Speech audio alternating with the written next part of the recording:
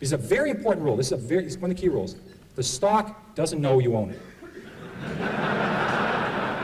Remember that.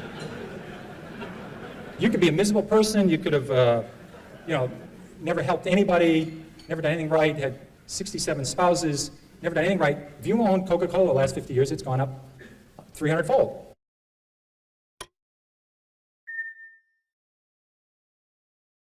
Now, what I'd like to talk about is what I call the 10 most dangerous things people say about stocks. Here's a good one. If it's gone down this much already, it can't go any lower. I remember when Polaroid went from 140 to about 107. People said, if you ever get Polaroid under 100, you've got to buy it. You just back up the truck, buy the stock tonight. Stock you get to 110, then rally, fall 103, you go 112, go 105. They said, gets under 100, buy Polaroid. Polaroid broke 100. People started buying it, and within 9 months, the stock was 18. I saw the same thing with Avon Products. So just saying, it's gone down this far, how much lower? I mean, it's crazy, but, it can keep going. In fact, I tried this out. Kaiser Industries, I was a new analyst at Fidelity, and we were about to buy the biggest block ever at Kaiser Industries. The stock had gone from 29 to 17. We're about to buy the largest block ever in the history of the American Stock Exchange. We bought, 10 or 15 million shares. At 15.75, I said, my God, the stock's gone from 29 to 17. How much lower can it go? So we bought this enormous block at 15.75. So I called my mother and I said, Mom, I guess stock at Kaiser Industries, it's 10. So about 3 months later, I said, you ought to buy this. It's gone from 29 to 10. How much lower can it go? Well, it went to 9, it went to 8, it went to 7, it went to 6, it went to 5, it went to 4. Now, fortunately, this happened very rapidly, or I'd be working at the Stop and Shop back and behind the lines at Fidelity. So fortunately, this was compressed in only about 6 months. So I had to go to the fund manager and say, I was a little bit early on this at 15.75. We call this premature in the business. I had a correction, which is a euphemism for losing a lot of money rapidly. So I said, let's check this again. The stock's 4. They own 45% of Kaiser Aluminum. They own 59% of Kaiser Steel. They own 38% of Kaiser Cement. They own all of Kaiser Electronics, all of Kaiser Broadcasting, which had 7 TV sets. They own Jeep. They had Kaiser Fiberglass. I said about Kaiser Sand and Gravel. They had a bunch of other Kaisers, and they had no debt. Now, in this room, because I know Freeman Billings is very interested in financial stocks, no one's ever gone bankrupt without any debt. Now, that would take I think you have to give some kind of distinguished service award to somebody who did that. But they had no debt. I said, it's not going to go to 0. I was wrong when I said it can't go below 15. So we hung on, and within 3 years, they gave out the shares in Kaiser Steel, gave out the shares in Kaiser Cement, gave out the shares in Kaiser Steel and Aluminum, and they sold off all the businesses. You got $55 a share. But if you didn't know the story, and the stock went from 15 to 11, and you're just saying how much lower can it go? When it went to 9, went to 8, you would have gone. So you can't just say it can't go any lower, because I saw Taco Bell go from 14 to 1 in 1974, and they had no debt and making 60 cents a share. There's a corollary to that that's even more dangerous. If it's gone this high already, how can it possibly go lower? Higher, sorry. Philip Morris, adjusted for splits, sold for 12 cents in 1951. And then it goes to 60 cents in 1961. So it goes up 5-fold, and you say to yourself, how much, this never sold for that, but adjusted for splits, you say, how much higher can this go? It's gone up 5-fold. They missed the power of Marlboro. They missed there's 220 countries in the world. They missed the cash flow of the company. They missed everything. This stock was a 100-bagger after going up 5-fold. But people sold it just saying, how much higher can it go? Can't go any higher. They did the same at Home Depot. They did the same at Toys R Us. I did the same thing at Toys R Us. Just saying it can't go any higher, it's gone this much already, that's very dangerous, and don't use that one. And it's a very bad thing to do. Eventually, they always come back. Here's another one that sucks. That's a technical stock market term we just use only in the stock market. The RCA just about got back to its 1929 price, was backed out by GE. Manville never came back. International Harvester, even with its name changed and adjusted for splits, hasn't got all the way back yet. Western Union, double knits, remember those wonderful things? Floppy disks. They don't have to come back. But they say eventually they always come back. Not true. Here's a great one. It's $3. How much can I lose? This is a great one. You see, get out. I don't have a computer and I can't do high-level math, but just do this one. So let's say your neighbor buys $10,000 of a stock at 50, and the stock's now at 3, and you put $25,000 in at 3. If it goes to 0, who loses the most? A lot of people cannot answer this question. I mean, if you put $1 billion in at 3, you can lose $1 billion. I mean, they blow taps on lots of companies every year. They can go to 0. Here's a good one that helped me a lot. It's always darkest before the dawn. this business is terrible, it's awful, you ought to buy the group. This is not a good way of making money. Here's one you're probably talking about before lunch, freight car deliveries. In 1979, there was 96,000 freight cars delivered in the United States. 2 years later, it fell to 45,000, the lowest in 23 years. It goes from 96,000 to 45,000. People say business is awful, it's horrible, pathetic. Then it falls to 25,000. They say, just load up. There's about 15 opportunities to lose money. There's about 15 suppliers of freight cars, 15 manufacturers. Business was awful. Well, last year we shipped 7,000 freight cars in the United States. The business just continued to be miserable. And I'll give you one there's even greater opportunity to lose money on. Energy services industry. This we all had a great opportunity to get our heads handed to us. In 1982, there was 11,000 of those oil rigs drilling those holes all over Oklahoma and Texas and Colorado. We used to have the rig count every week. And the rig count fell from 11,000 in 82 to 6,000 in 83. Then fell a little bit lower in 84. And there's hundreds and hundreds of companies here. Companies that made the muds and did the downhole stuff, the fracturing companies, the well companies, all the measurement companies, the Schlumbergers, the bid companies. Lots of opportunities to lose money here. There's an equal opportunity here for serious losses. And the people said, listen, the business is terrible, let's buy these groups. Well, the rig count was only 1,000 3 years ago. So it went from 11,000 to 6,000 to 5,000, then 8 years later it was under 1,000. The industry really started to turn about 2 years ago. So just saying the business can't get worse.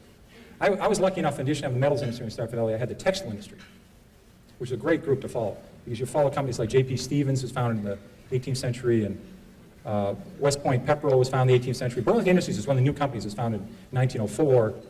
These people have been through recessions, depressions, world wars. They've seen it all. There's a great expression in the textile industry. It's always darkest before pitch black. Now that's a good one to remember, because when business is terrible, it can get considerably terrible. It can get terrible to the power of 6. And I love those numbers of freight car deliveries. You ever watch, I love the show Jeopardy. You ever watch Jeopardy and people come out, they'll know those numbers. Remember, they'll know the numbers. And they'll know, what country Box took his first vacation in, and they'll know Phil Rizzuto's batting average and what his wife's first name was, and they'll know the stock symbols of Xerox before it was Haloid, or, they know everything. And you watch the show, and you feel like an absolute idiot watching the show, because they answer all these questions. But they're really smart. I've owned this stock before, King World. Right after it, they show Wheel of Fortune. And what happens is they'll have this word up there, and it'll be TH, and there's a T, and it's, I buy a vowel here, I buy a U, buy an I, and Vanna spins the wheel, and they buy the A, and, you're redeemed by watching the Wheel of Fortune after feeling like an absolute jerk on the Jeopardy game, and it's really smart. When I rebound to 10, I'll sell. Here's a great rule. Somebody buys a stock at 10, and it falls to 6. They say, if it gets back to 10, I'll sell. Now, I think the math, 4 and 6, I can handle this level math. I think that's about a 66% return. You ought to buy it. If you think it's going back to 10, you ought to buy the hell out of the damn thing. But they think if it gets back to 10, I'll sell. Now, what you ought to do is never put down a round number, because I think for the next 26 years, this stock will be between 5 and 9 1/4. It'll never get to 10. So maybe put 9 1/8 or 8 3/4. But just saying the stock, if it gets back what I paid for it, this is a very important rule. This is one of the key rules. The stock doesn't know you own it. Remember that. You could be a miserable person. You could have, never helped anybody, never done anything right, had 67 spouses, never done anything right. If you own Coca-Cola the last 50 years, it's gone up 300-fold. You could be the greatest human in the world, help Special Olympics, help the mentally challenged, help poor people, help AIDS people. If you own Bethlehem Steel, it's lower than it was 30 years ago. It's not your fault. Don't take this personal. But people treat stocks sometimes like a grandchildren or a puppy. I mean, they think the stock knows who you are. It doesn't work that way. Let me worry. I own conservative stocks. I don't have to worry. I own conservative stocks. I remember when Con Ed fell 80%, then tripled. Public Service Indiana went down 90%. Gulf States Utilities, Long Island Lighting. This may be an oxymoron. We had Quality Texas Banks that went to zero. We had Quality New England Banks that went to zero. These were companies that have been around for 150 years, 120 years. Saying I own conservative stocks, I don't have to worry. I've seen a lot of people that inherit a stock from somebody. They'll say, my mother said on her deathbed, don't sell the Long Island Lighting. You always wondered, she's going to heaven, or hopefully where she's going to heaven. They talk about a Little League game or a vacation or a game of hearts they had, or imagine talking on your deathbed about Long Island Lighting. And they say, but you get these stories all the time. And I think your mother would have noticed, she wouldn't have sold at 29, but she would have noticed that this little plant that was about $6 billion over budget, no one wanted it, and wasn't working, and Long Island stopped growing. So maybe she would have turfed it at 22 or got out at 18, she wouldn't let it go to 4. You know, so just because you inherit some stock and it's so-called conservative, like Eastman Kodak fell 75%, IBM fell 75%, don't tell anybody you want a conservative stock. Companies are very dynamic. I don't buy that argument. Here's a very dangerous one. Look at all the money I've lost. I didn't buy it. People do this all the time. They say, I didn't own Blockbuster, I didn't own Home Depot, I didn't own Toys R Us. Eric, it was very nice to say some nice things about when I came up here, and Manny has been nice to me. I literally, one of my books listed on 2 pages, in the 13 years I ran Magellan, I listed, I think about 200 stocks, A through L, on the New York Stock Exchange, that went up tenfold or more, that I didn't own while I ran Magellan. I had owned lots of stocks. I listed 200 stocks A through L. I stopped at letter L, and I didn't own any of these shares. They went up tenfold or more, and I was able to do okay with Magellan. And people worry all the time about missing Microsoft, missing Western Digital, missing United Airlines. They spend all their time worrying about stocks they miss. You cannot lose money in a stock you don't own. That's a very important. The only way to lose money is buy stock, have it go down, and sell it. That's the only way. And I swear that people, their spouse has to cut out the newspaper in the morning, cut out the C's, and the person will look at the M's. Oh my God, Microsoft's up 3. You know, I was going to buy 1,000 shares of Microsoft. I lost 3,000 of Microsoft last night while I was sleeping. You know, I was going to buy 7,000 shares of National Semiconductor at 10.